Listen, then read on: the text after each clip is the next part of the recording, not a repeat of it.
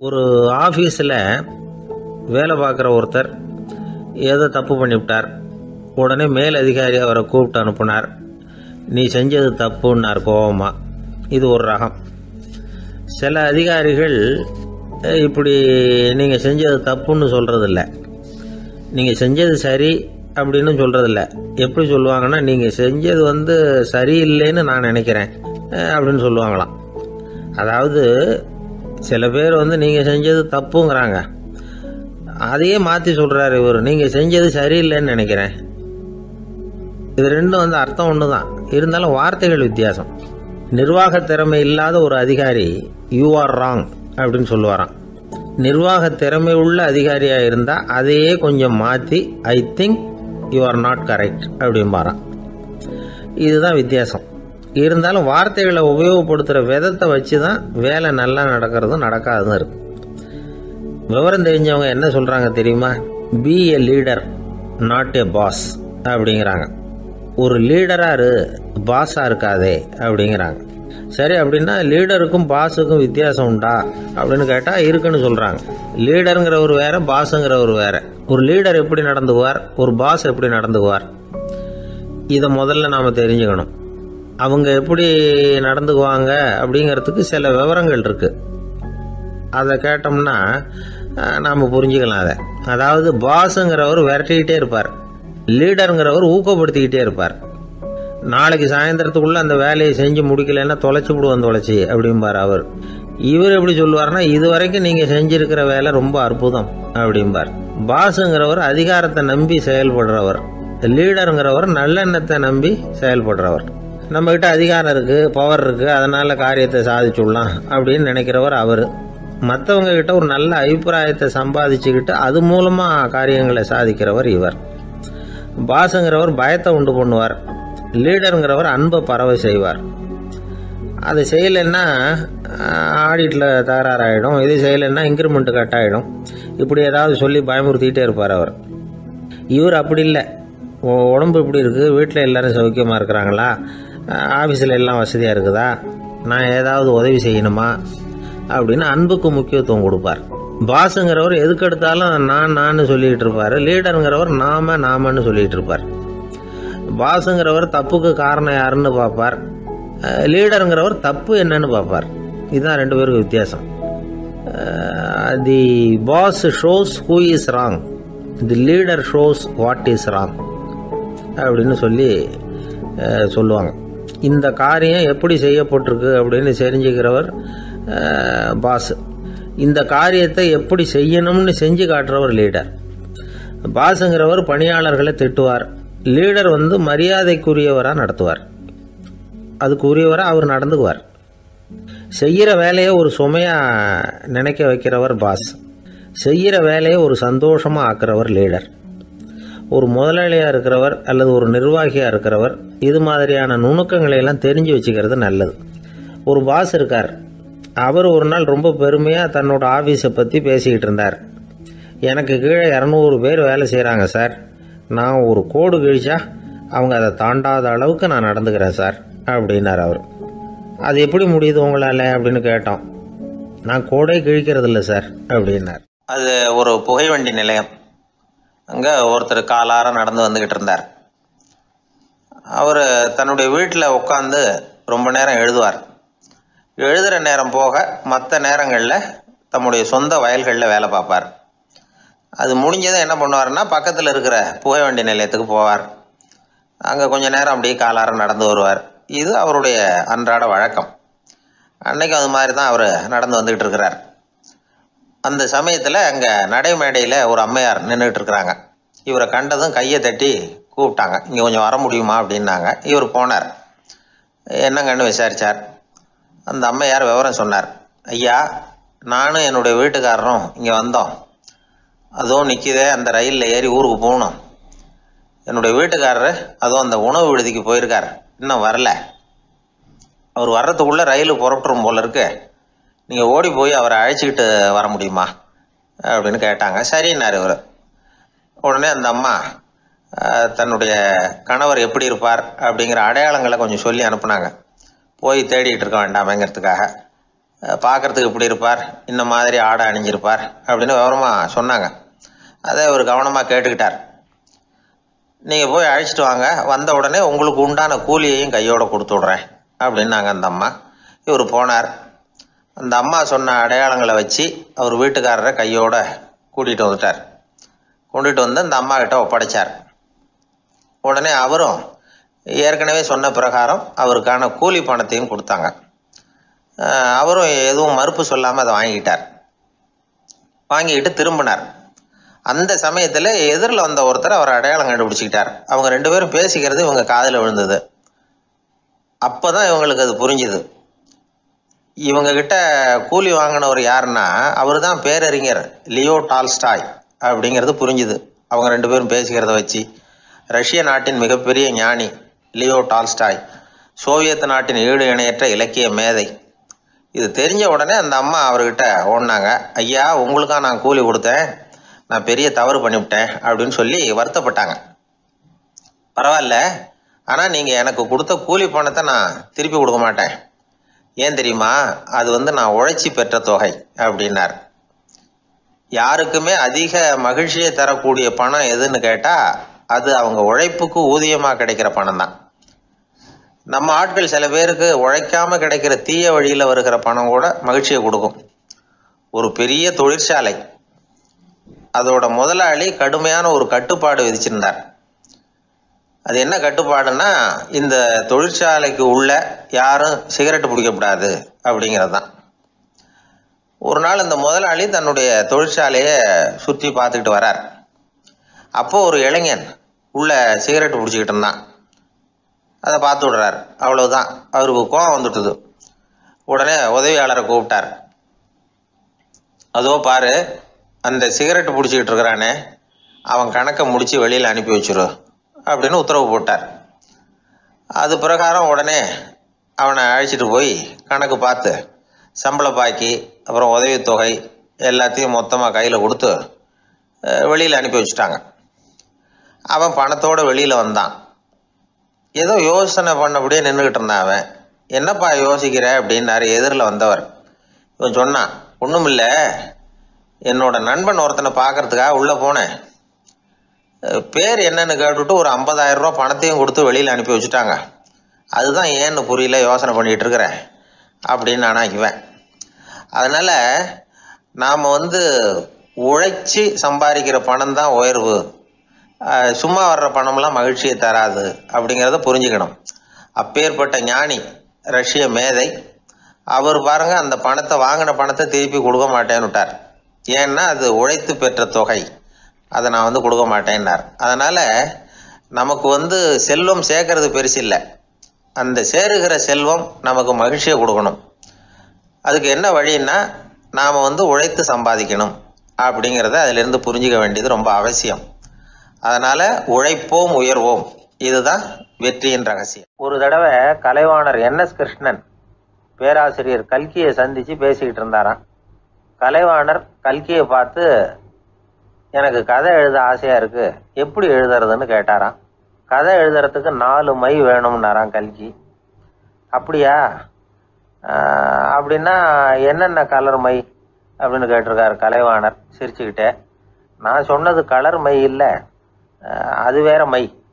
அதாவது கதை எழுதுறதுக்கு தேவைப்படுகிற 4 மை எதுன்னா, 1 திறமை, 2 பேணாமை, 3வது தனிமை, 4வது பொறுமை அப்படின்னாராம். உடனே கலைவாணர், உங்கள் யோசனை அருமை அப்படின்னாராம். அதுதான் கலைவாணர். பொதுவாக எழுத்தாளர்கள் எழுதுகிற மாதிரி நடந்துக்கிறது இல்லை, ஆனால் கலைவாணர் என்ன சொல்லுவாரோ அதே மாதிரி நடந்துக்குவார். எல்லாருக்கும் எல்லாம் கிடைக்கணுங்கிற கருத்தை சினிமா படங்களில் வலியுறுத்துவார். அதே மாதிரி நடைமுறை வாழ்க்கையிலேயே எல்லாருக்கும் எல்லாமும் கொடுப்பார். பணம், பதவி, புகழ் இப்படி எதுவுமே இல்லாத ஒரு சாதாரண மனுஷனாக இருந்தால் கூட இவர் மனுஷனுக்கு கொடுக்குற மரியாதையில் கொஞ்சமும் குறைச்சல் இருக்காது. இந்த குணம் சாதாரணமாக எல்லாருக்கும் இருக்கிறது இல்லை. அவர் சினிமா தியேட்டருக்கு போய் சினிமா பார்க்குறது வழக்கம். அவர் வந்திருக்கிறாருங்கிறது தெரிஞ்சால் போதும், வெளியில் பிச்சைக்காரங்க கூடிடுவாங்க. இது அவருக்கு தெரியும். வெளியில் நம்மளை நம்பி ஒரு கூட்டம் காத்துக்கிட்டு இருக்குமேன்னு நினைப்பார். உடனே ஒரு 100 ரூபா நோட்டை கொடுத்து சில்லறையாக மாற்றிட்டு வர சொல்லுவார். படம் முடிஞ்சு வெளியில் வர்றப்போ சில்லறையோடு வருவார். எல்லாருக்கிட்டையும் கொடுத்துருவார். ஏன்னா எல்லாரும் தேடிட்டு வருவாங்க அவரை. என்ன எல்லாரும் சௌக்கியமாக இருக்கிறீங்களா அப்படின்னு பிரியமாக விசாரிப்பார். ஏதோ ரொம்ப நெருங்கின சொந்தக்காரங்களை விசாரிக்கிறது மாதிரி விசாரிப்பார். தன்கிட்ட இருக்கிற சில்லறையை எல்லாருக்கும் சமமாக பிரித்து கொடுத்துட்டு தான் அங்கேருந்து புறப்படுவார். ஒரு நாள் அது மாதிரி புறப்படுற சமயத்தில் ஒரு சின்ன பையனுக்கு சில்லறை எதுவும் கிடைக்கல கொடுக்கறதுக்கு. இது கலைவாணருக்கு தெரியாது. காரில் ஏறி புறப்பட்டு போயிட்டார். அந்த பையன் காரை பிடிச்சிக்கிட்டு பின்னாடியே ஓடிச்சாந்துருக்கிறான். ஐயா, நீங்களே இல்லைன்னு சொன்னால் நான் என்ன பண்ணுறது? இன்னைக்கு பட்னி தான், அம்மாவுக்கு வேற உடம்பு சரியில்லை அப்படின்னு கத்திக்கிட்டே ஓடியாந்தானா. கலைவாணர் கவனிச்சுட்டார். உடனே காரை நிறுத்த சொன்னார். இறங்கினார். அந்த சின்ன பையனை கட்டி பிடிச்சிக்கிட்டு என்னை மன்னிச்சுக்கப்பா, நான் கவனிக்காமல் வந்துட்டேன் அப்படின்னு சொல்லி அழ ஆரம்பிச்சிட்டாராம். இன்னொரு தடவை இதே மாதிரி ஒரு தியேட்டர்லேருந்து வெளியில் வந்திருக்கிறார். ஒரு ஆள் அவர்கிட்ட வந்து நின்றுருக்கார். அவர் கொடுக்கறதுக்கு இவர்கிட்ட பணம் இல்லை. பணம் இல்லையாப்பா அப்படின்னாராம். உங்ககிட்டே இல்லையா அப்படின்னாராம் அவர். கலைவாணருக்கு மனசு ரொம்ப சங்கடமாக போச்சு. உடனே புறப்பட்டு வீட்டுக்கு போனார். அங்கே இங்கே தேடி பார்த்து அங்கே இருந்த கொஞ்சம் நெஞ்ச சில்லறையை எடுத்தார். காரு டிரைவரை கூப்பிட்டார். தியேட்டர் வாசலில் நின்றுக்கிட்டு இருந்த ஆசாமியோட அங்க அடையாளங்களை சொன்னார். காரை எடுத்துகிட்டு போய் அந்த ஆளை கண்டுபிடிச்சி இந்த காசை கொடுத்துட்டு வா அப்படின்னு அனுப்பி வச்சாராம். பிச்சை போடுறதுக்காக காரை அனுப்புனதாக வேற யாரை பற்றியாவது நீங்கள் கேள்விப்பட்டிருக்கிறீங்களா? அவர் ஒரு வித்தியாசமான மனிதர், வித்தியாசமான கலைஞர். கலைவாணரோட சகோதரர் கல்யாணம் நடந்தது. அதில் தியாகராஜ பாகவதர் கச்சேரி முடிஞ்ச உடனே அதில் சம்பந்தப்பட்ட கலைஞர்களுக்கெல்லாம் கலைவாணர் பரிசுகள் கொடுக்குறார். அந்த கச்சேரியில் கடம் வாசித்தவருக்கு மட்டும் மற்ற எல்லாருக்கும் கொடுத்ததை விட பெருசாக ஒரு வெள்ளி கோப்பையை பரிசாக கொடுத்தாராம். மற்றவங்களுக்கெல்லாம் சின்னதாக கொடுத்துட்டு கட வித்துவானுக்கு மட்டும் பெருசாக பரிசு கொடுக்குறீங்களே ஏன்னு கேட்டிருக்கிறாங்க. அதுக்கு கலைவாணர் விளக்கம் கொடுத்தாராம். இப்பெல்லாம் ரயிலில் கூட்டம் அதிகங்கிறது உங்களுக்கு எல்லாருக்கும் தெரியும். இந்த வித்வான் இவ்வளவு பெரிய மண்பானையை ரயிலில் ரொம்ப பத்திரமா உடையாம ரொம்ப தூரத்திலேருந்து கொண்டு வந்திருக்கிறாரே, அது என்ன சாமானியமான காரியமா? அவரோட அந்த சாமர்த்தியத்தை பாராட்டுறதுக்காக தான் அவருக்கு இவ்வளவு பெரிய பரிசு அப்படின்னாராம். ஒரு சீடன் வெளியூர் புறப்படுறதுக்கு தயாரா இருந்தான். ரொம்ப தூரம் போக போறான். திரும்பி வர நாளாகும். புறப்படுறதுக்கான ஆயத்த வேலைகளில் ஈடுபட்டிருந்தான். அந்த சமயம் பார்த்து இன்னொரு சீடன் அவங்ககிட்ட வந்தான். நம்ம குரு உன்னை அழைச்சிட்டு வர சொன்னார், வா அப்படின்னு கூப்பிட்டான். இவன் உடனே புறப்பட்டு போனான். குருநாதரை பார்த்தான். அவர் காலில் விழுந்து வணங்கினான். வணங்கிவிட்டு எழுந்திரிச்சான். அவ்வளவுதான். குரு ஏதாவது உபதேசம் பண்ணுவாருன்னு எதிர்பார்த்தான். ஆனா நடந்தது என்ன தெரியுமா? குரு அவனுக்கு ஓங்கி ஒரு அடி கொடுத்தார். எதிர்பாராம இந்த அடியை வாங்கினதும் அந்த சீடன் அதிர்ந்து போயிட்டான். பக்கத்துல இருந்த மற்ற சீடர்களும் திகைச்சு போய் நின்னுட்டாங்க. அடி வாங்கின சீடனுக்கு மனசுக்குள்ள குழப்பம். நாம என்ன தப்பு பண்ணணும்? புறப்படுற நேரத்துல இப்படி குரு கிட்ட அடி வாங்குற மாதிரி ஆயிட்டுதே அப்படின்னு நினைச்சு மனசுக்குள்ள ரொம்ப வேதனைப்பட்டான். கொஞ்சம் துணிச்சலை வரவழைச்சுக்கிட்டு குருநாதர்கிட்டயே கேட்டுட்டான். சுவாமி, நான் என்ன தப்பு பண்ணினேன்? என்ன இப்படி அடிச்சுட்டீங்களே? ஒரு வார்த்தை கூட உங்களை எதிர்த்து நான் பேசினது இல்லையே. இவ்வளவு காலமா உங்க விருப்பத்துக்கு விரோதமா ஒரு காரியம் கூட நான் செஞ்சது இல்லையே. வந்ததும் வராததுமா ஒண்ணுமே சொல்லாம என்ன அடிச்சுட்டீங்களே. குருவே, நான் செஞ்ச குற்றம் தான் என்ன அப்படின்னு கண்ணீரோட பரிதாபமா கேட்டானா அந்த சீடன். ஆனா அந்த குரு முகத்துல கொஞ்சம் கூட கோபம் இல்லை. அவர் சிரிச்சுக்கிட்டே நின்றுகிட்டு இருந்தாராம். அதுக்கப்புறம் சொன்னாராம், என்னுடைய அருமை சீடனே, நீ ஒரு தவறும் பண்ணல. நான் உன்னை அடிச்சது நீ ஏதோ தப்பு பண்ணிவிட்டேங்கிறதுக்காக இல்ல. நீண்ட பயணம் போக போறேன்.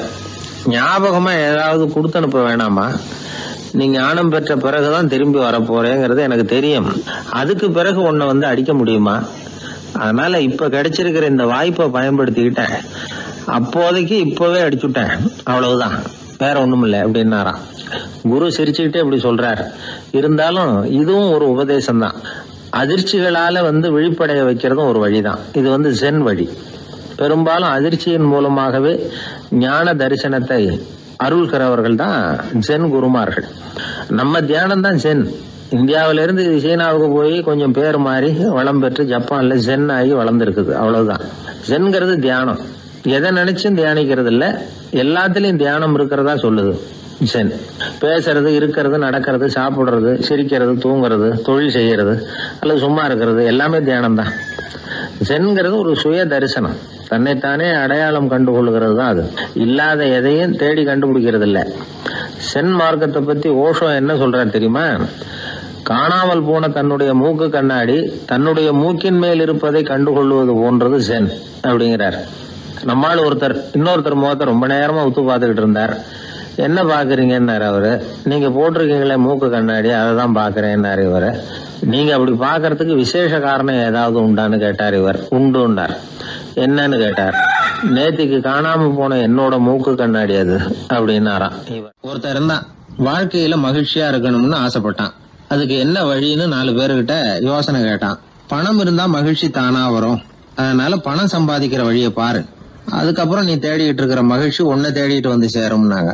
அப்படின்னா மகிழ்ச்சி இருக்கிற இடம் பணம் தான் அப்படின்னு அவன் முடிவு பண்ணிக்கிட்டான். அதை சேர்க்க ஆரம்பிச்சான். கொஞ்ச நாள்ல பெரிய ஆளாயிட்டான். செல்வம் நிறைய சேர்ந்து போச்சு. இப்பவும் அவனுக்கு மகிழ்ச்சி கிடைக்கல. மறுபடியும் நண்பர்கள் கிட்ட யோசனை கேட்டான்.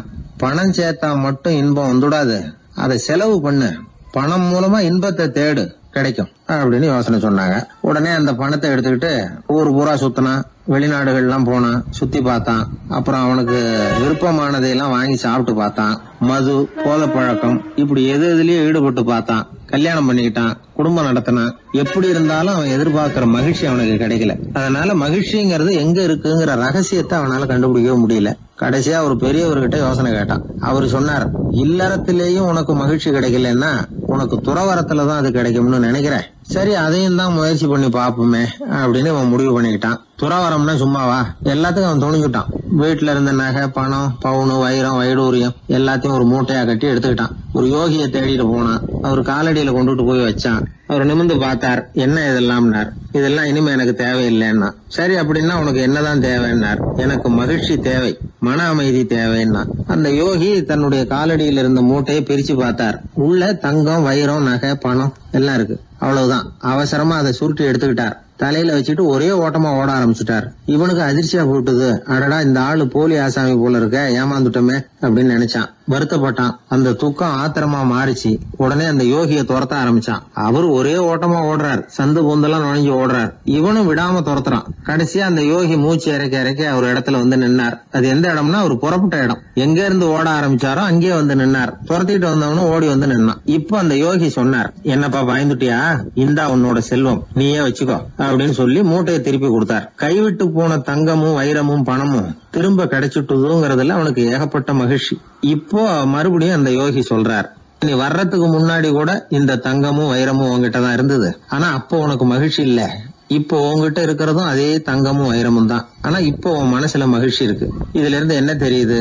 மகிழ்ச்சிங்கிறது வெளியில இல்ல, உள்ள இருக்கு. அது நம்ம மனசுல இருக்கு. இதை நல்லா புரிஞ்சுக்கணும். தங்கத்தையும் வைரத்தையும் மூட்டை கட்டி தலையில வச்சுக்கிட்டு அலைஞ்சானே, அவன் மாதிரிதான் நம்மள பல பேருக்கும் மகிழ்ச்சி எங்க இருக்குங்கிற உண்மை புரியறது இல்ல. அதனாலதான் பல சமயங்கள்ல நாம மகிழ்ச்சிக்காக அடுத்தவங்களை சார்ந்து இருக்கிறோம். நமக்கு வேண்டியப்பட்ட ஒருத்தன் பணம், நகை எல்லாத்தையும் ஒரு மூட்டையா கட்டி எடுத்துக்கிட்டு ஒருத்தர் காலடியில வச்சான். இது எனக்கு தேவையில்லைன்னா. உனக்கு என்னதான் தேவைன்னார் அவர். எனக்கு மன அமைதி தேவைன்னா. உனக்கு மன அமைதி தேவைப்படுகிற அளவுக்கு இப்ப என்ன ஆயிட்டுதுன்னார் அவர். வேற ஒண்ணும் இல்ல, இந்த பணத்தையும் நகையையும் நான் யாரு வீட்டுல எடுத்தனோ அந்த வீட்டுக்காரங்க இப்ப என் பின்னாடி துரத்திட்டு வந்துட்டு இருக்கிறாங்க, அவ்வளவுதான் அப்படின்னு நானா. மகிழ்ச்சியை தேடுகிறவர்கள் இந்த உலகத்துல அதிகம். அது எங்க இருக்குன்னு புரிந்து கொண்டவர்கள் ரொம்ப குறைவு.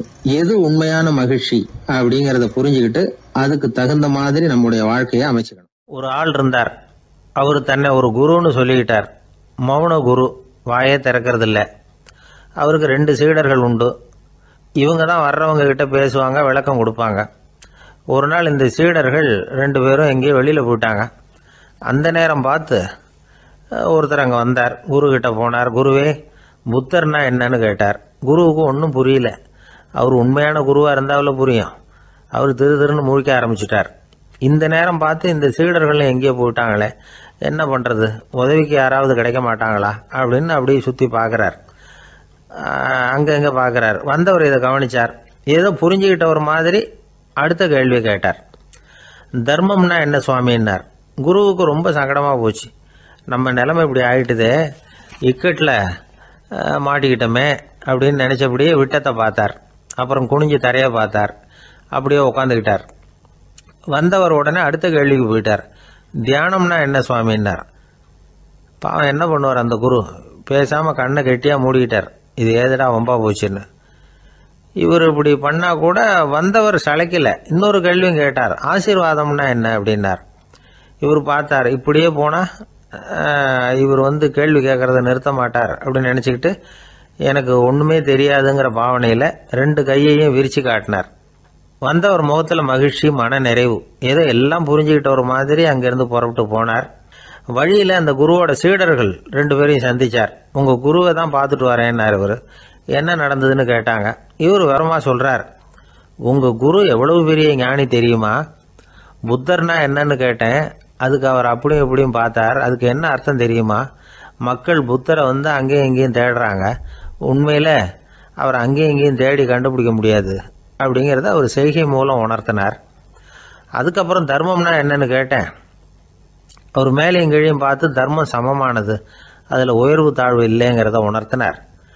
அதுக்கப்புறம் தியானம்னா என்னன்னு கேட்டேன். கண்ணை மூடிக்கிட்டார். கண்ணை மூடி காணுகிற அற்புதம் அது அப்படிங்கிறத புரிஞ்சுக்கிட்டேன். கடைசியாக ஆசீர்வதிக்கப்படுறது பற்றி கேட்டேன்.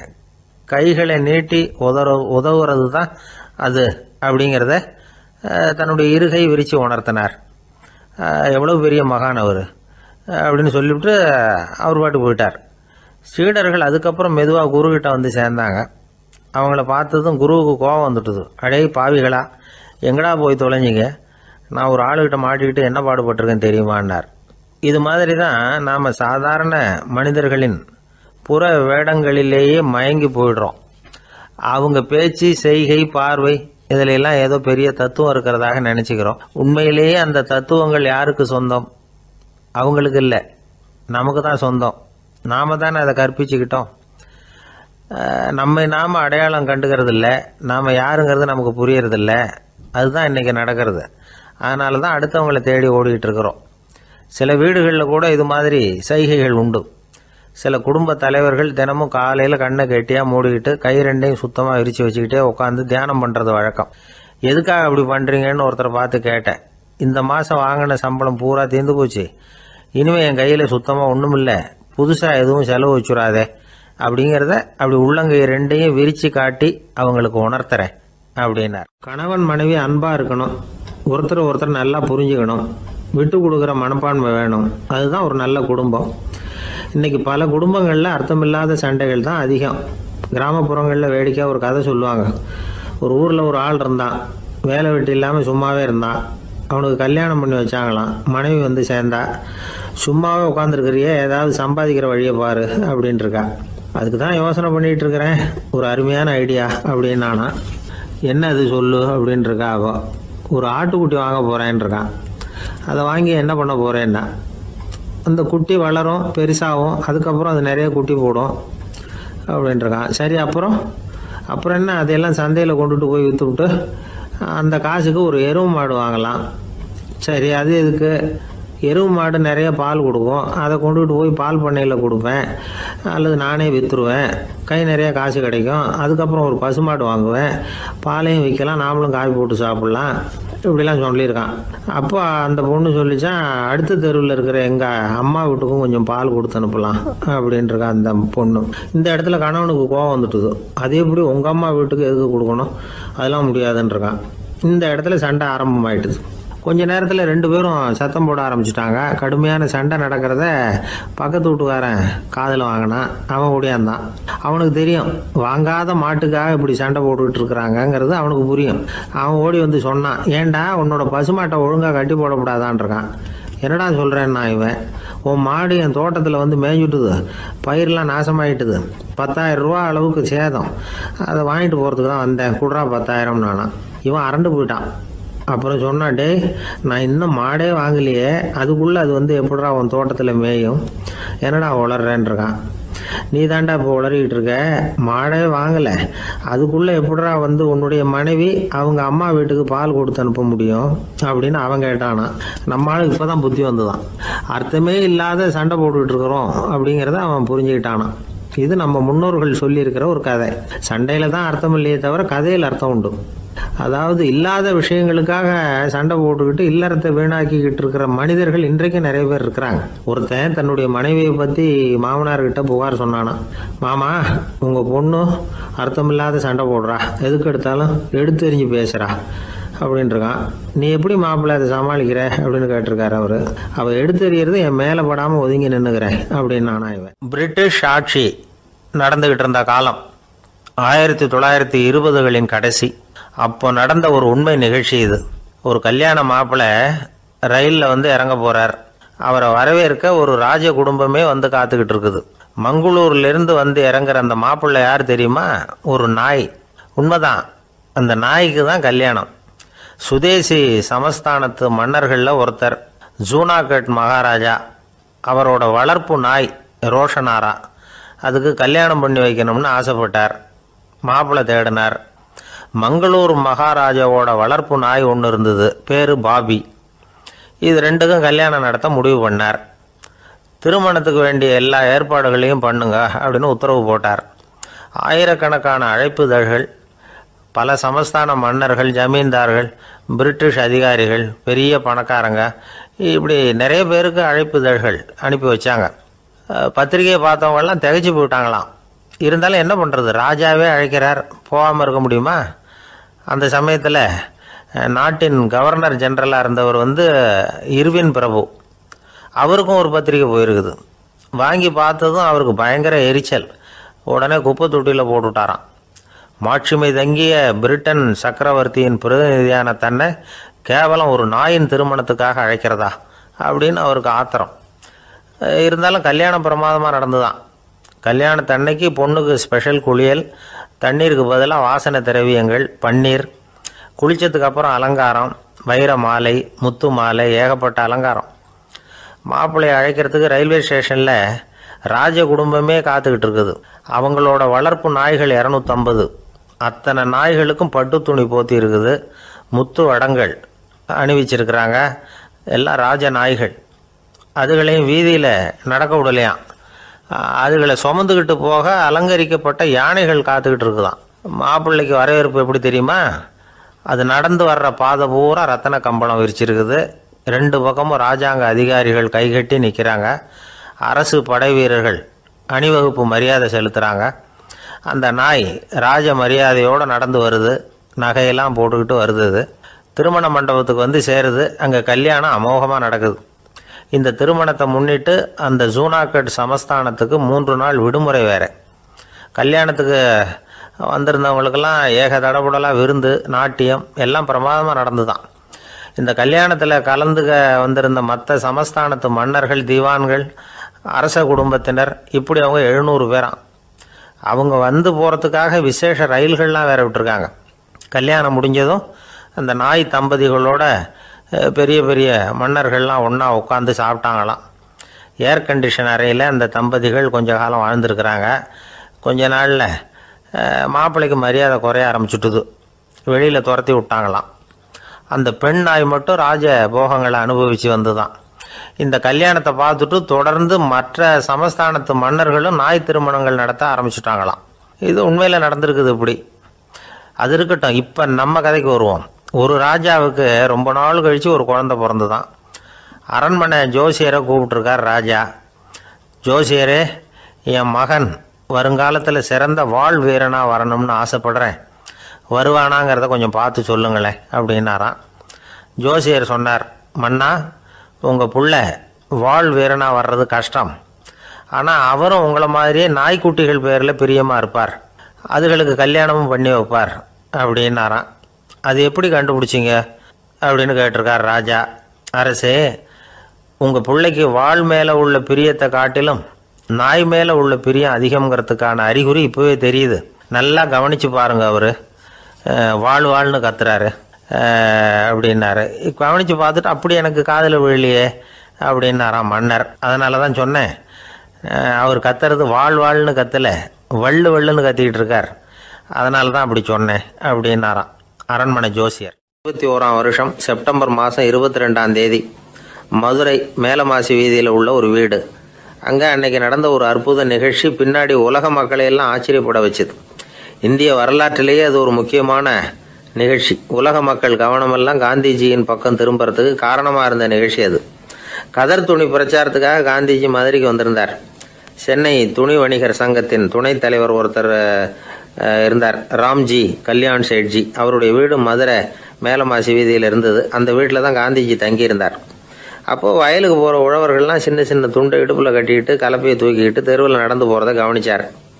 ஏற்கனவே சேலத்துக்கு தெற்க பல பகுதிகளில் ஆண்களும் பெண்களும் அரைகுறை ஆடைகளோடு உழைச்சிக்கிட்டு இருக்கிறத கண்ணால் கண்டிருக்கிறார் அவர். இந்தியரின் சராசரி உடை இவ்வளவு தான் அப்படிங்கிறத புரிஞ்சுக்கிட்டார். மனசை என்னவோ பண்ணியிருக்குது. ராத்திரி பூரா அதை பற்றியே யோசனை. 22/9/21 வியாழக்கிழமை காலையில் காந்திஜி எழுந்திருக்கிறார். அவர் கூட தங்கியிருந்தவங்களையெல்லாம் பார்த்து சொன்னார், இன்னையிலிருந்து அறையில் முழு அகலத்துண்டு தான் கட்டுவேன். குளிர் அதிகமாக உள்ள காலங்களில் மட்டும் போர்வை ஒன்றும் உபயோகப்படுத்துவேன். மற்றபடி மேலங்கியோ குல்லாவோ எதுவும் போட்டுக்க மாட்டேன். தற்காலிகமாக இந்த ஏற்பாட்டை 1 மாதத்துக்கு ஏற்றுக்குவேன். அதுக்கு பிறகு உசிதம் போல எண்ணி பார்த்து முடிவு பண்ணுவேன் அப்படின்னார். அவருடைய குரல் உறுதியாக இருந்துதான். உடனே செயலில் இறங்கினார். தம்முடைய 10 முழ வேட்டி, மேலங்கி, உள் சட்டை, குல்லா எல்லாத்தையும் களைஞ்சார். வேட்டியிலிருந்து ஒரு 4 முழ துணியை எடுத்துக்கிட்டார். இதுக்கு உதவி செஞ்சவர் அன்னைக்கு விருதுநகரில் பிரபல தொண்டராக இருந்த பழனிக்குமார பிள்ளை. வெட்டி எடுத்த துண்டை நீள வாக்கில் ரெட்டையாக மடித்தார். அதை இடுப்பில் துண்டு மாதிரி கட்டிக்கிட்டார். தலையில் சின்ன உச்சி குடுமி, அறையில் சின்ன துண்டு. அண்ணல் காந்தி ஆண்டி கோலத்தில் காட்சி அளிக்கிறார். கூட இருந்தவங்கள பார்த்து காரைக்குடிக்கு புறப்படலாமே அப்படின்னார். அவர் நண்பர்களும் சீடர்களும் திகைச்சு போய் நிற்கிறாங்க. இந்த விரதம் நிரந்தரமாக ஆயிடுமோங்கிற பயம் அவங்களுக்கு. எப்படியோ இந்த விவரம் ராஜாஜிக்கு அன்னைக்கு பிரபலமாக விளங்கின தேசபக்தர் டாக்டர் TSS ராஜனுக்கு எட்டுச்சு. உடனே 2 பேரும் ஓடி வந்தாங்க. வேண்டாமே இந்த கோலம் அப்படின்னாங்க. காந்திஜி தன்னுடைய முடிவில் உறுதியாக இருந்தார். ராஜாஜி என்னென்னமோ வாதமெல்லாம் பண்ணி பார்த்தார். உங்களுடைய வாதத்துக்கு என்னால் பதில் சொல்ல முடியல, இருந்தாலும் நான் செய்கிறது தான் சரிங்கிறதுல எனக்கு சந்தேகம் இல்லை. இன்னைக்கு அதிகாலை 3 மணி இருக்கும். நான் ஓரளவு விழிச்சுக்கிட்டேன். அதாவது உறக்கமும் விழிப்புமா இருந்த நிலையில் எனக்கு இந்த எண்ணம் உண்டாச்சு. இது என்னுடைய அந்தராத்மாவின் ஆணை, அதை என்னால் மீற முடியாது அப்படின்னு சொல்லிவிட்டாராம் காந்திஜி. கதர் பிரச்சாரத்துக்காக காரைக்குடிக்கு கிளம்பினார். வாசலில் 4 மோட்டார் வண்டிகள் காத்துக்கிட்டு இருந்தது. வீதியில் 2 பக்கமும் ஜனங்கள். காந்திஜி இடுப்பு துணியோடு மோட்டார் வண்டியில் ஏறினார். நண்பர்களும் சீடர்களும் மக்களும் உடல் சிலிர்க்க அந்த காட்சியை பார்க்குறாங்க. மோட்டார் வண்டி நகர ஆரம்பிக்குது. எப்பேற்பட்ட காட்சி அது! சுக்கநாத பெருமானியே கூலி ஆளாக்கிய மண், அப்படி ஆக்கி மண் சுமக்க வச்ச மதுரை இல்லையா, அந்த மதுரை தான் காந்திஜி துறவி கோலம் கொள்றதுக்கும் காரணமாக இருந்திருக்குது. இது இன்னைக்கு எத்தனை பேருக்கு தெரியும்? ஒரு தடவை காந்திஜி நேருவும் சுற்றுப்பயணம் செஞ்சாங்களாம். ஒரு இடத்துல நடந்து போயிட்டு இருக்கிறாங்க.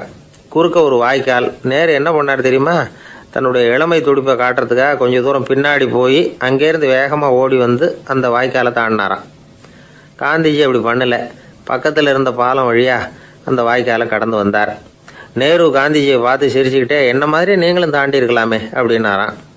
அதுக்கு காந்திஜி சிரிச்சுக்கிட்டே சொன்னாராம், 2 அடி முன்னேறதுக்காக 5 அடி பின்னாடி போகிறதா அப்படின்னாராம். பிள்ளைகளை பற்றி சொல்லுவாங்க.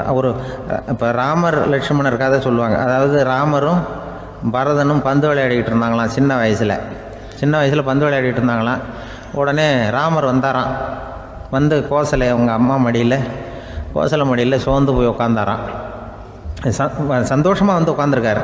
அப்போ அந்த கோசலை அம்மா கேட்டாங்களாம், ஏன்ப்பா அப்படி இவ்வளவு சந்தோஷமாக இருக்கே, என்ன காரணம் அப்படின்னு கேட்டிருக்காரு.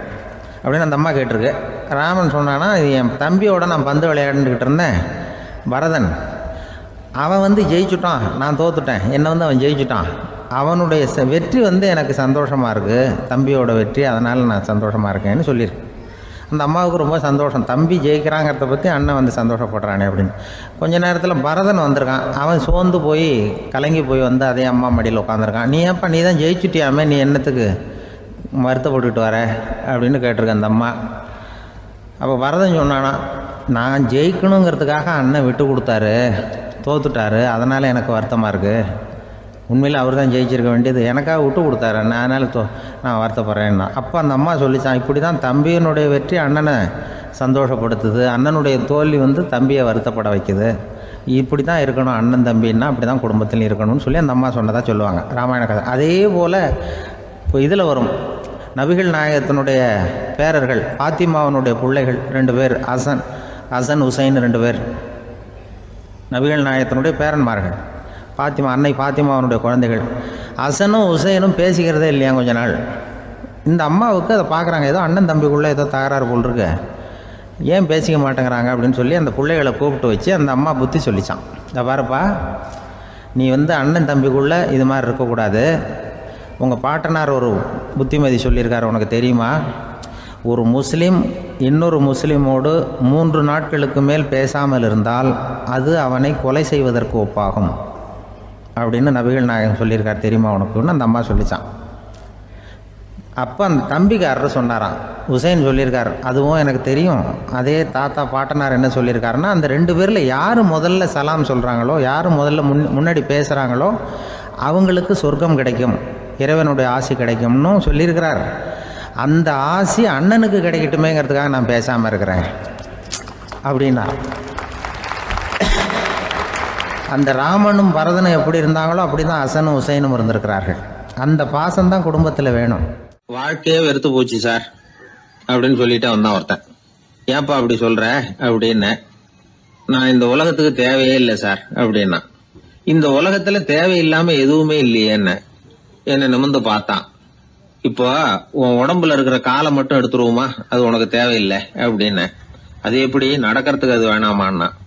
சரி அதை விட்டுரு, கையை மட்டும் எடுத்துருவோம் அப்படின்னு. அப்புறம் சாப்பிடுறது எப்படின்னா. சரி அப்படின்னா இப்போ உடம்புல தேவையில்லாம அனாவசியமா இருக்கிற ஒரு பகுதியை சொல்லு, அதை மட்டும் எடுத்துருவோம்னு. அவன் யோசனை பண்ண ஆரம்பிச்சான். அப்புறம் மெதுவா சொன்னான், எல்லாமே அவசியமா தான் தோணுது அப்படின்னு சொல்லி அவன் சொன்னான். நீ சொன்னதுக்கு அப்புறம் யோசனை பண்ணி பார்த்தா எல்லாமே அவசியம்னு எனக்கு தோணுதுன்னா. உனக்கு எல்லாமும் அவசியம், ஆனா நீ இந்த உலகத்துக்கு அவசியம் இல்லை, அப்படித்தானே? இப்பதான் அவன் குழம்ப ஆரம்பிச்சான்.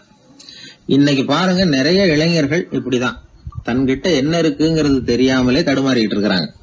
அவங்க யாருங்கிறது அவங்களுக்கு அடையாளம் தெரியறது இல்ல. விலங்குகள்லாம் பாருங்க, பறவைகள் மாதிரி விண்ணுல பறக்கணும் அப்படின்னு ஆசைப்படுறது இல்ல. ஒரு பசுமாடு பருந்து பறக்கிறத பார்த்துட்டு நாமளும் அது மாதிரி பறக்கணும் அப்படின்னு 4 காலையும் தூக்குறது இல்ல. சரி, ஆனா ஒரு மனுஷன் என்ன நினைக்கிறான்னா, அவங்கிட்ட என்ன திறமை இருக்கு அப்படிங்கறத அவனுக்கு புரியாம நடந்துக்கிறான். சரி, ஒரு மனுஷங்கிட்ட என்ன திறமை இருக்குங்கிறத எப்படி கண்டுபிடிக்கிறது? இந்த உலகத்துல இருக்கிற ஒவ்வொரு மனிதனுக்கும் ஒரு தனித்தன்மை உண்டு. அதாவது ஒருத்த மாதிரி இன்னொருத்தன் இருக்கிறது இல்ல. ஆனாலும் உளவியல் நிபுணர்கள் மனிதர்களின் குணாதிசயங்களை வச்சு அவங்கள 3 வகையா பிரிக்கிறாங்க. சில பேர் எப்படின்னா, தான் சம்பந்தப்பட்ட வேலையோட இருந்து விடுறது இல்ல. எதிர இருக்கிறவன் செய்யற வேலை, இன்னொரு பிரிவுல இருக்கிறவன் செய்யற வேலை எல்லாத்திலையும் தலையிடுவாங்க. மனோ தத்துவத்துல இதுக்கு டாமினன்ஸ்னு பேர். இப்படிப்பட்ட குணாதிசயம் உள்ளவங்க எதுக்கு பொருத்தம் தெரியுமா? ஒரு நிறுவனத்தை தலைமையேற்று நடத்துறது, நிர்வாக பொறுப்பு வகிக்கிறது, இது மாதிரி பணிகளுக்கெல்லாம் இவங்க ரொம்ப பொருத்தமா இருப்பாங்க. 2வது வகை மனிதர்கள் எப்படின்னா, இவங்க ரொம்ப இனிமையா பேசுவாங்க, திறமையா பேசுவாங்க, அடுத்தவங்களோட பேசுறதுக்கு ஆசைப்படுவாங்க. இப்படிப்பட்டவங்க எல்லாம் விற்பனை துறையில வேலை பார்க்கறதுக்கு ரொம்ப பொருத்தம். இதை தவிர 3வது வகை மனிதர்கள் உண்டு. அவங்க எப்படின்னா, இவங்களுக்கு பகுத்து உணரும் ஆற்றல் உண்டு, உறுதிப்பாடு உண்டு, அடுத்தவங்களோட அதிகம் பேச மாட்டாங்க. இன்னும் சொல்ல போனா 4 பேரோட பேசுறதே இவங்களுக்கு பிடிக்காது. செய்யற வேலையை நுணுக்கமா செய்வாங்க. எந்த பிரச்சனையா இருந்தாலும் சரி, அது சம்பந்தமா எல்லா விவரங்களையும் சேகரிப்பாங்க. இந்த வகை மனிதர்களுக்கு ஆராய்ச்சி வேலை, அக்கௌண்டன்ட் வேலை, இது மாதிரியான பொறுப்புகளை கொடுக்கலாம். ஒவ்வொரு மனிதனையுமே கொஞ்சம் கூர்ந்து கவனிச்சு பாருங்க. அவனுக்குள்ள இந்த 3 விதமான திறமைகளும் உண்டு. எது அதிகம் எது குறைவு அப்படிங்கறதுலதான் வித்தியாசம். நாம ஒவ்வொருத்தரும் கொஞ்சம் சுயமா சிந்திச்சு பார்க்கணும். நாம இந்த 3 வகையில எந்த வகை அப்படிங்கறத நாமளாதான் தேடி கண்டுபிடிக்கணும். இப்ப சொல்லப்பட்ட 3 குணங்களுமே ஆளுமை சம்பந்தப்பட்டது. இதுல ஒருத்தருடைய இயல்பு, திறமை இதெல்லாம் அடங்காது. இதெல்லாம் தனி. இதையெல்லாம் யார் நினைச்சாலும் முறையா பயிற்சிகள் மூலமா வளர்த்துக்கலாம். இப்ப திறமைய பயிற்சி மூலமா நம்ம வளர்த்துக்கலாம், இயல்பு இதையெல்லாம் வளர்த்துக்கலாம். முன்னாடி சொன்னது மாதிரி நாம எந்த வகையான ஆசாமிங்கிறத புரிஞ்சுக்கிட்டு அதுக்கு தகுந்த மாதிரி ஒரு வேலையை தேடிக்கிட்டோம்னா வாழ்க்கை நல்ல விதமா அமையும். அதுக்கப்புறம் நான் இந்த உலகத்துக்கு தேவையில்லை அப்படின்னு சொல்லிட்டு இருக்க வேண்டிய அவசியம் வராது. அதனால நம்முடைய குணம் என்ன, நாம எப்படிப்பட்டவர் அப்படிங்கறத அடிப்படையில தெரிஞ்சுக்கிட்டு அதுக்கு தகுந்த மாதிரி ஒரு தொழிலை வாழ்க்கையில தெரிஞ்சுக்கிறது, ஏற்றுக்கிறது நல்லது. இப்போ ஒரு அக்கௌண்டன்ட் வேலைக்கு இன்டர்வியூ நடந்தது. ஒருத்தர் வந்தார். அந்த நேர்காணல்ல அவர்கிட்ட ஒரு கேள்வி கேட்டாங்க. ஏன்னா அவர் வந்திருக்கிறது இந்த ரொம்ப கணக்கு சம்பந்தப்பட்ட வேலை, அக்கௌண்டன்ட் வேலை. அதனால இந்த நேர்காணல்ல அவர்கிட்ட கேட்டாங்க, 8, 3 இது 2 பெருக்குனா என்ன அப்படின்னு கேட்டாங்க. அவர் என்ன சொல்லிவிட்டார், 23ன்னு சொல்லிவிட்டார். 8 3 பெருக்குனா 24ன்னு சொல்லியிருக்கணும். ஏதோ அவசரத்துல 23ன்னு சொல்லிவிட்டார் பதில். சரி போன்னு சொல்லிவிட்டாங்க. அவர் வெளியில வந்துட்டார். வெளியில வந்ததும் யோசனை பண்ணார். அடடா 8 3 பெருக்க சொன்னாங்க, நம்ம 24ன்னு சொல்றதுக்கு பதிலா 23ன்னு சொல்லிவிட்டோம். இந்த சின்ன கணக்கு கூட நமக்கு தெரியல அப்படின்னு நினைச்சிருப்பாங்களே, நிச்சயமா நமக்கு இந்த வேலை கிடைக்காது அப்படின்னு முடிவு பண்ணிட்டு போயிட்டார். ஆனா பாருங்க, 10வது நாள் அவருக்கு அப்பாயின்மெண்ட் ஆர்டர் வந்துட்டுது. வேலையில உடனே வந்து சேர்ந்துங்க அப்படின்னு. சரி, ஏதோ தவறுதலா போட்டாங்க போல இருக்கு, நாம எதையும் வெளியில சொல்லிட்டு இருக்க வேணாம் அப்படின்னு சொல்லி இவரும் கம்முன்னு போய் வேலையில சேர்ந்துக்கிட்டார். ரொம்ப நாள் கழிச்சு வேலை நிரந்தரமானதும் மெதுவா மேனேஜர் கிட்ட போய் உண்மையை சொன்னார். சார், அன்னைக்கு நேர்காணல்ல இன்டர்வியூல 8 3 இத பெருக்குனா என்ன விடை அப்படின்னு கேள்வி கேட்டீங்க. நான் தவறுதலா 23ன்னு சொல்லிவிட்டேன். நீங்களும் தவறுதலா எனக்கே அப்பாயின்மெண்ட் ஆர்டர் அனுப்பி வச்சுட்டீங்க அப்படின்னார். இப்ப மேனேஜர் சொன்னார், அப்படி இல்லப்பா, அன்னைக்கு வந்து நேர்காணலுக்கு வந்த அத்தனை பேருகிட்டையும் இதே கேள்வியை கேட்டோம். அத்தனை பேர் சொன்னதிலேயும் நீங்க சொன்ன பதில் தான் நியரஸ்ட் கரெக்ட் ஆன்சர், கிட்டத்தட்ட சரியா இருந்தது, நீ சொன்னதுதான், உங்களுக்கு இந்த வேலையை கொடுத்தோம் அப்படின்னு அவர் சொன்னாராம். அதனால வந்து வாழ்க்கையில துல்லியம் ரொம்ப முக்கியம். அதை புரிஞ்சுக்கிட்டு நம்முடைய வாழ்க்கை பாதையை அமைச்சுக்கிட்டோம்னா நம்ம வாழ்க்கையில வெற்றி நிச்சயம். ஒரே ஒரு ஊர்ல ஒரு ராஜா இருந்தார், ரொம்ப நல்லவர். ஒரு நாள் அரண்மனையில விசாரணை நடந்துகிட்டு இருக்குது. அதுல ஒரு வழக்கு. ஒரு விவசாயி வந்து புகார் கொடுக்கிறார். என்ன புகார்னா, அவர் வயல்ல ஆடுகள் வந்து மேய்ஞ்சி பயிரை அழிச்சுட்டுது. நிறைய உழைச்சி செலவு பண்ணி பயிரை உண்டாக்கி வச்சிருந்தேன், எல்லாம் போயிட்டுது. இனிமே நான் என்ன செய்யறது, நீங்க தான் சரியான தீர்ப்பு வழங்கணும் அப்படின்னார் அந்த விவசாயி. அந்த ஆடுகளுக்கு சொந்தக்காரர் யாருன்னு கண்டுபிடிச்சி அரண்மனைக்கு அழைச்சிட்டு வாங்கன்னு உத்தரவு போட்டார் ராஜா. சேவகர்கள் போனாங்க, ஆளை கண்டுபிடிச்சாங்க, கூப்பிட்டுக்கிட்டு அரண்மனைக்கு வந்துட்டாங்க. ராஜா விசாரணை பண்ணார். அப்புறம் விசாரித்து முடிச்சுவிட்டு தீர்ப்பு வழங்கினார். இந்த விவசாயி அடைந்திருக்கிற இழப்புக்கு ஈடாக உன்னுடைய ஆடுகளை அவங்ககிட்ட கொடுத்துட வேண்டியது அப்படின்னு சொல்லிவிட்டார். உன்கிட்ட இருக்கிற ஆடு பூரா அவன்கிட்ட கொடுத்துரு, அந்த ஆட்டுனால ஏற்பட்ட இழப்பு சரியாக போகட்டும் அப்படின்னு தீர்ப்பு வழங்கிட்டார். அந்த மன்னருடைய மகன் இதை பார்த்துக்கிட்டே உட்காந்துருந்தான். இந்த தீர்ப்பை இன்னும் கூட சிறப்பாக வழங்கலாமே அப்படின்னு நினச்சான். அப்பா கிட்ட சொன்னான். உடனே அந்த அரசர், சரி நீயே இதுக்கு சரியான தீர்ப்பு சொல்லு அப்படின்னார். அந்த இளவரசன் தீர்ப்பு சொல்கிறான். அவன் சொன்ன தீர்ப்பு என்னன்னா, உங்ககிட்ட இருக்கிற ஆடுகள் எல்லாத்தையும் 1 வருஷ காலத்துக்கு அந்த விவசாயிகிட்ட ஒப்படைச்சிட வேண்டியது. அந்த 1 வருஷத்துக்குள்ள அந்த ஆடுகள் போடுற குட்டிகள், பால், எரு எல்லாம் விவசாயி எடுத்துக்க வேண்டியது. 1 வருஷத்துக்கு அப்புறம் உங்களுடைய ஆடுகளை நீங்களே திருப்பி வாங்கிக்க வேண்டியது. இதுதான் இளவரசன் சொன்ன தீர்ப்பு. இது சரியான தீர்ப்பு தான். இனிமே என்னுடைய அரச பொறுப்புகளை இளவரசர் வசம் ஒப்படைக்கிறேன் அப்படின்னு சொல்லி ஒப்படைச்சுட்டாராம்.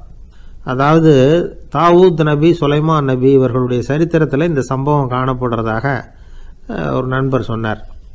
ஒரு தண்டனையை பெறுகிறவன் அதுக்கு பிறகு சமூகத்தில் நல்ல விதமாக வாழறதுக்கு வாய்ப்பு இருக்கிறது மாதிரி அமையணும் தீர்ப்பு. அதுக்கு இது ஒரு உதாரணம். சில தீர்ப்புகள் எப்படி அமைஞ்சு விடுதுன்னா, ஒரு தண்டனையை அனுபவித்து முடித்தவன் அதுக்கப்புறம் அவன் இந்த சமூகத்தில் நல்லவனாக வாழறதுக்கு நினைச்சா கூட அதுக்கு தகுதி இல்லாதவன் அப்படிங்கிற அளவுக்கு சூழ்நிலை அமைஞ்சிருது. இது சிந்திக்க வேண்டிய ஒரு செய்தி. இன்னொரு ஊரில் ஒரு ராஜா இருந்தார். அவர் ஒரு நாள் ஒரு போட்டி வச்சார். என்ன போட்டின்னா, அரண்மனை வாசலில் ஒரு பெரிய நீச்சல் குளம், அதில் நிறைய விஷப்பாம்புகள். எந்த இளைஞன் துணிச்சலாக அதில் நீச்சல் குளத்தில் குதித்து நீந்தி கரையேறி வர்றானோ அவனுக்கு 100 ஏக்கர் நிலம் பரிசாக வழங்கப்படும். அது வேணாம்னா 1000 ஆடுகள் பரிசாக வழங்கப்படும். அதுவும் வேணான்னா என்னுடைய மகளை வந்து கல்யாணம் பண்ணிக்கலாம். இதுதான் மன்னருடைய அறிவிப்பு. பரிசுலாம் நல்லா தான் இருக்குது, இருந்தாலும் பாம்புகள் உள்ள குளம்ங்கிறது நல்லா இல்லையே, அதனால் யாரும் அதில் குதித்து நீஞ்சறதுக்கு முன் வரல. இருந்தாலும் திடீர்னு ஒரு இளைஞன் அந்த நீச்சல் குளத்தில் குதிச்சான், நீந்தனா ஒரு வழியாக கரையேறி வந்துட்டான். மன்னருக்கு ரொம்ப மகிழ்ச்சி. நீ தான் தைரியமான இளைஞன், வா இப்படின்னு கூப்பிட்டார். கிட்ட வந்தான். அந்த இளைஞன் தண்ணீர் சொட்ட சொட்ட வந்து நிற்கிறான். சரி, உனக்கு 100 ஏக்கர் நிலம் வேணுமான்னு கேட்குறார். வேண்டாங்கிறான். சரி, அப்படின்னா 1000 ஆடுகள் வேணுமான்னு கேட்குறார். அதுவும் வேணாங்கிறான். ஓ, அப்படின்னா என் பொண்ணை கல்யாணம் பண்ணிக்கிறியா அப்படின்னு கேட்குறாரு. அதுவும் வேணாங்கிறான்.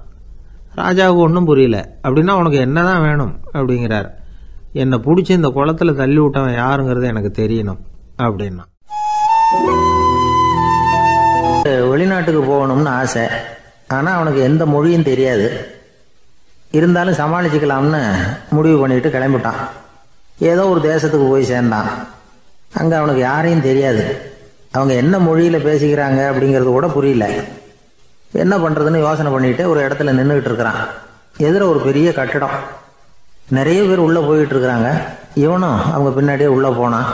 ஒரு பெரிய அறை, அலங்காரம்லாம் பண்ணி வச்சிருக்கிறாங்க. நிறைய பேர் சாப்பிட்றதுக்காக உட்காந்துருக்குறாங்க. இவனுக்கு நல்ல பசி, அதனால் இவனும் உட்காந்தான். சாப்பாடு போட்டாங்க, சாப்பிட்டான். அன்பான உபசரிப்பு. இவன் மனசு உள்ள நினச்சிக்கிட்டான், இது ஏதோ அரசருடைய அரண்மனை மாதிரி தெரியுது, இன்னைக்கு ஏதோ விருந்து நடக்குது, நல்ல வேளை நம்ம பசியும் தீர்ந்தது அப்படின்னு நினச்சிக்கிட்டே நிமிர்ந்து பார்க்குறான். சாப்பாடு பரிமாறினவன் எதிரில் ரொம்ப பணிவோட முதுகை வளைச்சி வணக்கம் தெரிவித்தான். இவனும் எழுந்திரிச்சு நின்று முதுகை வளைச்சி வணக்கம் தெரிவித்தான். ரொம்ப நன்றின்னா. அவன் ஒரு சீட்டை இவன் கையில் கொடுத்தான். இவன் அதை வாங்கி பார்க்குறான், என்ன எழுதியிருக்குன்னு ஒன்றும் புரியல. சரி, இந்த நாட்டில் தங்களுடைய நன்றியை சீட்டில் எழுதி தான் கொடுப்பாங்க போல இருக்கு அப்படின்னு நினச்சிக்கிட்டு மறுபடியும் நன்றின்னா. ஆனால் அவன் காசை கொடுங்கன்னா. ஏன்னா அது ஒரு ஹோட்டல், இவன் சாப்பிட்டதுக்கான பில் அது. இவன் அதை புரிஞ்சிக்கவே இல்லை. நன்றின்னு அந்த சீட்டில் எழுதி கொடுக்குறாங்க போல இருக்கு அப்படின்னு நினச்சிக்கிட்டு அதை வாங்கி சட்டை பையில் பத்திரமா வச்சுக்கிட்டு பரவாயில்லைங்க ரொம்ப மகிழ்ச்சின்னா. ஒரு வெளிநாட்டுக்காரனுக்கு இவ்வளவு தூரம் மரியாதை பண்ணுறீங்களே, எங்கள் ஊருக்கு போனதும் உங்களை பற்றி நிறைய சொல்லுவேன் அப்படின்னா. இவன் என்ன சொல்கிறான்னு அவனுக்கு புரியல. இவனை பிடிச்சி அழைச்சிட்டு போய் முதலாளி முன்னாடி நிறுத்தினான். நாம் சொன்னதில் இவனுக்கு ரொம்ப பெருமையாக இருக்கணும் போல இருக்கு, அதுதான் பெரிய இடத்துக்கு அழைச்சிட்டு வந்திருக்கிறான் அப்படின்னு இவன் நினச்சிக்கிறான். அவரும் பில்லுக்கான பணத்தை கொடுங்கிறாரு. பரவாயில்லைங்க ரொம்ப மகிழ்ச்சி நன்றிங்கிறான் இவன். அவரு பார்த்தார், இவனை நீதிமன்றத்துக்கு அனுப்பி வச்சுட்டார். இவன் என்ன நினச்சிக்கிட்டான், நம்மளை இந்த ஊர் ராஜா முன்னாடியே அழைச்சிக்கிட்டு வந்து நிறுத்தி இருக்கிறாங்க போல இருக்கு, என்ன ஒரு பெருந்தன்மை அப்படின்னு நினச்சிக்கிறான். நீதிபதி சொன்னார், சாப்பிட்டதுக்கான பணத்தை கொடுத்துரு, இல்லைன்னா அதுக்கான தண்டனை அனுபவிக்க வேண்டி இருக்கும்னார். ராஜாவே நமக்கு நன்றி சொல்கிறாரு போல இருக்கு அப்படின்னு நினச்சிக்கிறான் இவன். என் மகிழ்ச்சிக்கு எல்லையே இல்லைங்க அப்படின்னா. அவர் பார்த்தார், இவனுக்கு தண்டனை கொடுக்க வேண்டியது தான் அப்படின்னு முடிவு பண்ணார். உடனே தீர்ப்பு எழுதினார். இவனை கழுதையில் பின்புறமாக உட்கார வைங்க, இவன் ஒரு மோசடிக்காரன் அப்படின்னு ஒரு போர்டு எழுதி அவன் கழுத்தில் மாட்டுங்க, அப்புறம் அந்த கழுதையை ஊர் பூரா விரட்டுங்க அப்படின்னார். இவனுக்கு தான் மொழி புரியலையே, ஏதோ நடக்குது அப்படிங்கிறது மட்டும் புரியுது. எல்லாரும் சேர்ந்து இவனை ஒரு கழுதை மேலே உட்கார வச்சாங்க. ஓஹோ, நம்மளை பாராட்டி ஒரு ஊர்வலம் நடத்துகிறாங்க போல இருக்கு அப்படின்னு நினச்சிக்கிறான் இவன். எல்லாரும் சத்தம் போட்டுக்கிட்டே கையை தட்டிக்கிட்டு கழுதை பின்னாடி ஓடி வர்றாங்க. இவனுக்கு ரொம்ப உற்சாகமாக இருக்குது. எல்லாருக்கும் கை கூப்பி வணக்கம் சொல்லிக்கிட்டே போகிறான். கூட்டத்தில் திடீர்னு ஒரு தெரிஞ்ச முகம் தெரியுது. அவனுடைய தேசத்தை சேர்ந்த ஒரு ஆள் அவன். அவனை பார்த்ததும் இவனுக்கு ரொம்ப உற்சாகம். நம்ம ஊருக்கு போனதும் இங்கே நமக்கு கிடைச்ச மரியாதையெல்லாம் உண்மைதான்னு சொல்கிறதுக்கு ஒரு சாட்சியும் கிடைச்சிட்டுது அப்படின்னு நினச்சிக்கிறான். அவனை பார்த்து கத்தனான், நல்லா பார்த்துக்க, இந்த ஊர் மக்கள் எனக்கு எப்படிப்பட்ட வரவேற்பு கொடுக்குறாங்கங்கிறத நல்லா கவனிச்சுக்கோ அப்படிங்கிறான். அவனுக்கு அவமானமாக போட்டுது. தலையை குனிஞ்சுக்கிட்டே நழுவி போயிட்டான். இவன் பார்த்தான், அவன் தலை தெரியல. ஆகா, அவனுக்கு நம்ம மேலே பொறாமை போல இருக்கு, அதனால தான் காணாமல் போயிட்டான் அப்படின்னு நினச்சிக்கிறான். இப்படி ஒரு வேடிக்கை கதையை பெரியவங்க சொல்கிறது உண்டு. கதை வேடிக்கையாக இருந்தாலும் இதில் உள்ள கருத்து என்ன தெரியுமா? அந்த கழுதை மேலே உட்காந்துருக்கிறானே, அது மாதிரி தான் நாமளும் அகங்காரங்கிற கழுதை மேலே உட்காந்துக்கிட்டு இருக்கோமா. நாமளும் கிட்டத்தட்ட அதே மாதிரி பிரம்மையில் தான் இருக்கிறோமா. என்ன நடக்குதுங்கிறதே புரியறதில்லை. அகங்காரத்தில் பேசுகிறவனுக்கும் சித்த சுவாதீனம் இல்லாமல் பேசுகிறவனுக்கும் அதிக வித்தியாசம் இருக்கிறதில்ல. அது மாதிரி ஒருத்தன் தன்னுடைய வீட்டை சுற்றி சேற்றை வாரி இறைச்சிக்கிட்டு இருந்தானா. அந்த வழியாக வந்த ஒரு பெரியவர் அதை பார்த்துருக்கார். என்னப்பா பண்ணிகிட்டு இருக்கிற அப்படின்னு கேட்டாரான். கழுதைகளை விரட்டிக்கிட்டு இருக்கிறேன் அப்படின்னானா. இங்கே கழுதைகளே காணுமே அப்படின்னாரான் அவர். அதுதான் ஏற்கனவே விரட்டி விட்டனே அப்படின்னானா இவன். ஆஃபீஸை முடிஞ்சு வீட்டுக்கு போகிற சமயத்தில் ஒருத்தர் கடைக்கு போய் ஸ்வீட் வாங்கினார். சரி, வீட்டுக்கு பிள்ளைங்களுக்கு தான் வாங்கிட்டு போகிறார் அப்படின்னு மற்றவங்க நினச்சாங்க. அவர் அப்படி செய்யலை. அந்த இடத்துலையே பொட்டலத்தை பிரித்தார். திருட மாதிரி அப்படியே சுற்றி ஒரு தரம் பார்த்துக்கிட்டார்.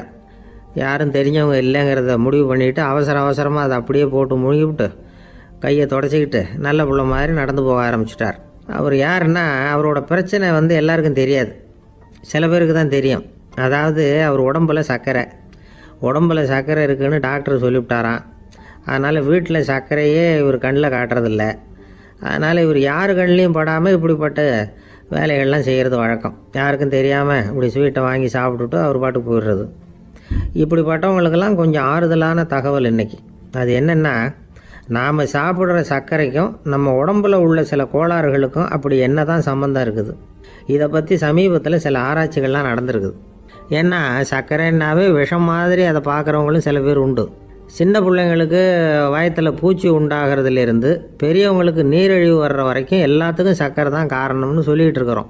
ஆனால் அந்த அளவுக்கு பயப்பட வேண்டிய அவசியம் இல்லை அப்படின்னு சொல்கிறாங்க.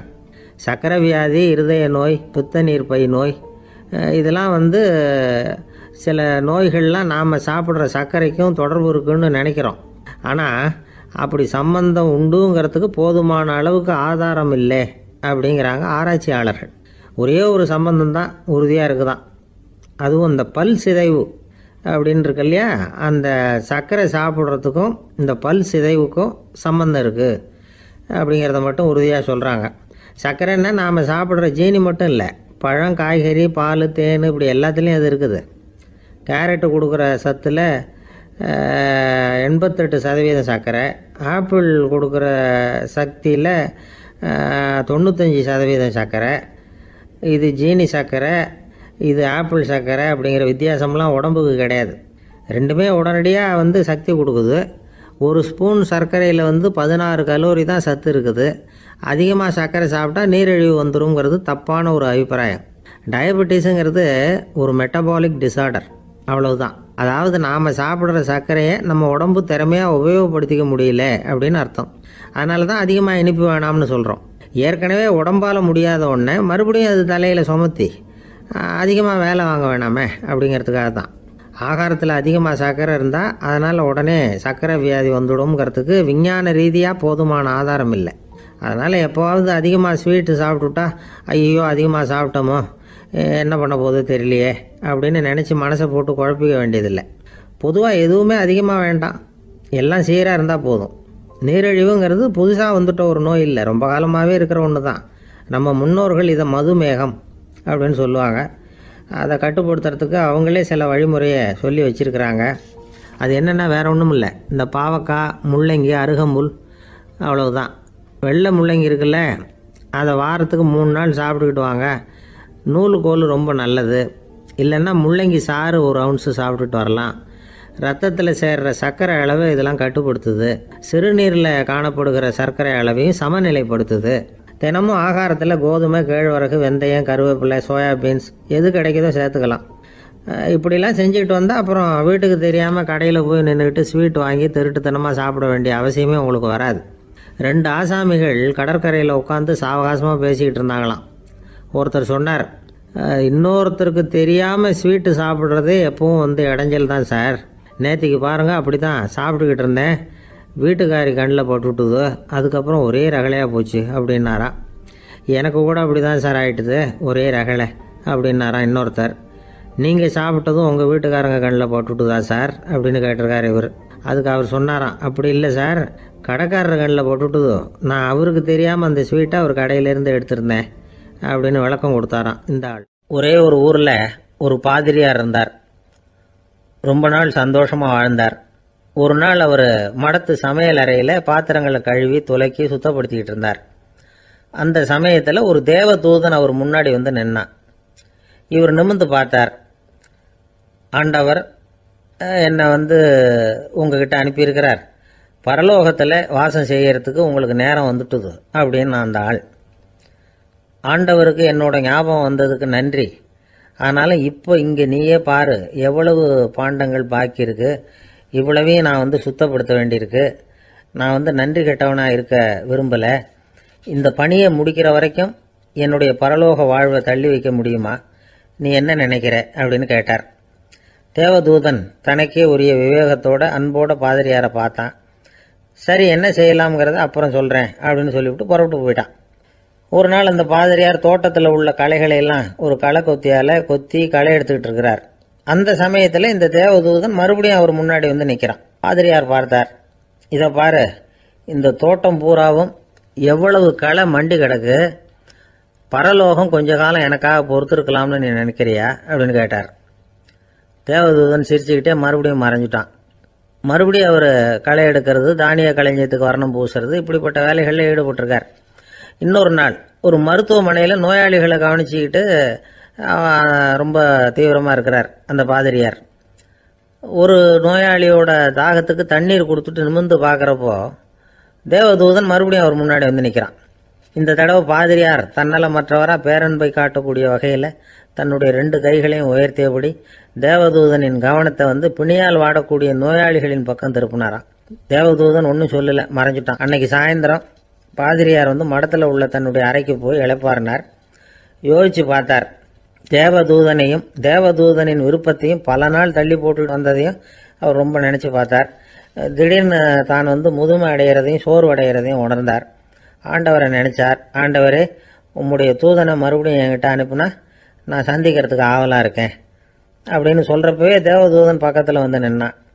பாதிரியார் நிமிர்ந்து பார்த்தார். நீ இப்போவே என்னை அழைச்சிக்கிட்டு போக விரும்பினா நான் பரலோகத்துக்கு வர்றதுக்கு தயாராக இருக்கேன்னார். தேவதூதன் அந்த பாதிரியாரை அன்போடவும் விவேகத்தோடவும் பார்த்து, நீங்கள் வந்து என் கூட பரலோகத்துக்கு வர்ற தயாராக இருக்கிறதா சொல்கிறீங்க, ஆனால் நீங்கள் இது வரைக்கும் வேறு எங்கே இருந்ததா நினைக்கிறீங்க அப்படின்னானா. அப்படின்னா இது வரைக்கும் இருந்த இடம் தான் பரலோகம் அப்படிங்கிறத உணர்த்தியிருக்கிறான். பரலோகம்னா என்னென்னு புரிஞ்சுக்கிறதுக்கு இந்த சம்பவம் நமக்கு உதவியாக இருக்குது. தொண்டு செய்கிறத விட பெரிய செயல் வேறு எதுவும் இருக்க முடியாது. அது நம்ம மனசுக்கு கொடுக்குற சுகத்தை வேறு எதுவும் கொடுக்க முடியாது. நாம் தொண்டு செய்கிற இடம் தான் அந்த புண்ணிய இடம். ஆனால் இந்த காலத்துல எல்லாம் நாம் வந்து தொண்டு செய்யணும்னு நினச்சி ஏதாவது ஆரம்பித்தா கூட அதை ஒரு மாதிரியாக சுற்றி நின்று வேடிக்கை பார்க்க ஆரம்பிச்சிடுறாங்க. ஒரு பெரியவர் அப்படித்தான் ஒரு தொண்டு செஞ்சுக்கிட்டு இருந்தார். ஒரு கோவில் கட்டிக்கிட்டு இருந்தாங்க. அதில் ஒரு இடத்துல ஒரு பலகையை வச்சு ஆணி அடிக்கிற வேலையை செஞ்சுக்கிட்டு இருந்தார் அந்த பெரியவர். ஒரு சின்ன பையன் அதை ரொம்ப ஊக்கமாக அக்கறையாக கவனிச்சுக்கிட்டு இருந்தான். பெரியவர் இதை கவனித்தார். என்னப்பா பார்க்குற, உனக்கும் இது மாதிரி தொண்டு செய்யணும்னு ஆசையாக இருக்கா அப்படின்னு கேட்டார். அதுக்கு அந்த பையன் சொல்கிறான், அப்படி இல்லைங்க, நீங்கள் ஆணி அடிக்கிறப்போ கையில் சுத்தியால் அடிச்சுக்கிட்டா எப்படி துடிப்பீங்க எப்படி கத்துவீங்கன்னு தெரிஞ்சுக்கிறதுக்காக அதை பார்க்கணும்னு ஆசை, அதுக்காக தான் காத்துக்கிட்டு இருக்கேன் அப்படின்னு நான். ஒரு ஊரில் ஒரு பெரிய செல்வந்தர் இருந்தார். பணத்துக்கு பஞ்சம் இல்லை. அதனால் இந்த உலகத்தில் முடியாத காரியம் எதுவும் இல்லைன்னு நினச்சார். பணம் இருந்தாலும் அந்த நினப்பு தானாக வந்துடும். அதனால் இவரும் அப்படி நினச்சதில் ஒன்றும் தப்பு இல்லை. அந்த ஊருக்கு குருநானக் ஒரு தடவை வந்தார். அவருக்கு இந்த செல்வந்தர் ரொம்ப பிரமாதமாக ஒரு வரவேற்பு கொடுத்தார். ஊர் எல்லையிலேயே எங்கள் வீட்டுக்கு வந்து விருந்து சாப்பிட்டுட்டு போகணும்னு கேட்டுக்கிட்டார். அவரும் சரின்னு ஒத்துக்கிட்டார். உடனே தன்னுடைய பங்களாவில் ஒரு பெரிய விருந்துக்கு ஏற்பாடு பண்ணார். குருநானக்கை அழைச்சிட்டு வீட்டுக்கு போனார். உட்கார வச்சார். ஐயா, நான் இந்த ஊர்லேயே ரொம்ப பெரிய வசதி உள்ளவன். என்னால் எல்லாம் முடியும். உங்களுக்காக நான் என்ன செய்யணும்னு சொல்லுங்கள். எதுவாக இருந்தாலும் பரவாயில்ல, எவ்வளவு செலவானாலும் பரவாயில்ல, என்னால் செய்ய முடியும். என்ன செய்யணும்னு சொல்லுங்கள், அது போதும், நான் செய்கிறேன் அப்படின்னு நான் ரொம்ப பணிவா. இதை கேட்டதும் குருநானக் சிந்திச்சார் கொஞ்ச நேரம். அதுக்கப்புறம் தன்னோட சட்டை பைக்குள்ளே கையை விட்டு ஒரு பழைய ஊசி ஒன்று எடுத்தார். அந்த செல்வந்தர்கிட்ட கொடுத்தார். இதை பாருங்கள், இவ்வளவு தூரம் நீங்கள் கேட்கறதுனால சொல்கிறேன், எனக்கு நீங்கள் செய்ய வேண்டிய உதவி இதுதான்னார். ஊசியை கையில் வாங்கிக்கிட்டு இதை என்ன செய்யணும்னு சொல்லுங்க அப்படின்னார் அவர். நீங்கள் செய்ய வேண்டியது என்னென்னா, இந்த ஊசியை பத்திரமா வச்சிருக்கணும். நாம் 2 பேரும் இறந்து போனதுக்கு பின்னாடி இன்னொரு உலகத்தில் நாம் சந்திக்கக்கூடிய வாய்ப்பு இருக்குது. அப்போ இந்த ஊசியை என்கிட்ட கொண்டாந்து கொடுக்கணும். இதுதான் நீங்கள் எனக்காக செய்ய வேண்டிய உதவி அப்படின்னார் குருநானக் லேசாக சிரிச்சுக்கிட்டே. இதை கேட்ட உடனே இந்த பெரியவர் முழிக்க ஆரம்பிச்சிட்டார். அது எப்படிங்க, நான் சாகிறப்ப எப்படி இந்த ஊசியை எடுத்துக்கிட்டு இன்னொரு உலகத்துக்கு வர முடியும்னார். ஊசி மாதிரி ஒரு சின்ன பொருளை கூட இந்த உலகத்தை விட்டு நாம் போகிறப்ப எடுத்துகிட்டு போக முடியாதுங்கிறப்போ உங்களோட செல்வத்தையெல்லாம் எப்படி அங்கே எடுத்துகிட்டு வர போகிறீங்க அப்படின்னு கேட்டார் குருநானக். அதுக்கப்புறம் தான் அந்த பெரியவர் யோசிக்க ஆரம்பித்தாராம். குருநானக் சொல்கிறார், இதை பாருங்கள், நாம் செய்கிற நல்லது கெட்டது தான் கடைசி வரைக்கும் நம்ம கூட இருக்கும். அடுத்தவங்க நல்லா இருக்கணுங்கிறதுக்காக பொருளை செலவு செய்யணும். அப்படி செய்யலைன்னா எந்த பிரயோஜனமும் இல்லை அப்படின்னார். அதுக்கப்புறம் தான் அந்த செல்வந்தரின் அறிவு கண் திறந்து தான். உடனே குருநானக்கை வணங்கினார். ஐயா, என்கிட்ட இருந்த ஆணவம் போயிட்டுது. இனிமேல் என்கிட்ட இருக்கிற செல்வத்தை நல்ல வழியில் செலவழிப்பேன் அப்படின்னாராம். நம்மக்கிட்ட இருக்கிற பணம் எப்பவும் நம்ம கூடவே வந்துக்கிட்டு இருக்காதுங்கிறதுக்கு இது ஒரு உதாரணம். அதுக்காக நாம் பணம் சேர்க்கறத பற்றி கவலைப்பட வேண்டியதில்லை, பேசாமல் படுத்து தூங்கிக்கிட்டு இருந்தால் போதும் அப்படின்னு இதுக்கு அர்த்தம் பண்ணிக்கப்படாது. முறையான வழியில் பணம் சேர்க்கணும், அதை முறையான வழியில் செலவு பண்ணணும். அதனால் ஏற்படக்கூடிய மன நிறைவு இருக்குது பாருங்கள், அது அனுபவித்தவங்களுக்கு தான் தெரியும். சொர்க்கத்துக்கு போகிறவங்க இங்கேருந்து பணத்தை எடுத்துகிட்டு போக முடியாது. ஆனால் நம்ம செல்வத்தை இங்கே மற்றவங்களுக்கு பயன்பட செய்து அதனால் ஏற்படுற புண்ணியம் இருக்குது பாருங்கள், அதை எடுத்துகிட்டு போக முடியுமா. இதுதான் ஆன்மீகவாதிகள்லாம் சொல்கிற கருத்து. ஜான் நியூட்டன் ஒருத்தர், அவர் சொன்னார், நான் எப்போவாவது சொர்க்கத்துக்கு போய் சேர்ந்தேன்னா அங்கே 3 அதிசயங்களை பார்ப்பேன்னார். என்னன்னு கேட்டாங்க. நான் யார் யார் இருக்க மாட்டாங்கன்னு நினச்சிக்கிட்டு இருந்தானோ அவங்களில் சில பேர் அங்கே இருப்பாங்க, அது ஒரு பெரிய அதிசயம்னார். சரி, அடுத்தது என்ன? 2வது அதிசயம் என்னன்னா, அங்கே இருப்பாங்கன்னு நான் எதிர்பார்த்த சில பேர் அங்கே இருக்க மாட்டாங்க,